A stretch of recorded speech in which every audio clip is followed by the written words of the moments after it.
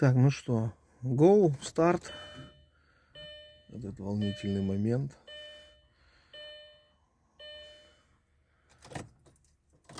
Еще раз подкачаем. Топливо снималось.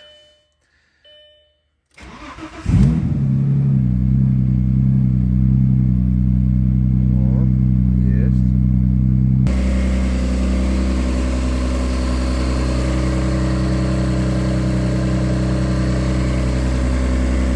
Так, греется хорошо. Сейчас подключим систему охлаждения и дальше будем греть машину, смотреть.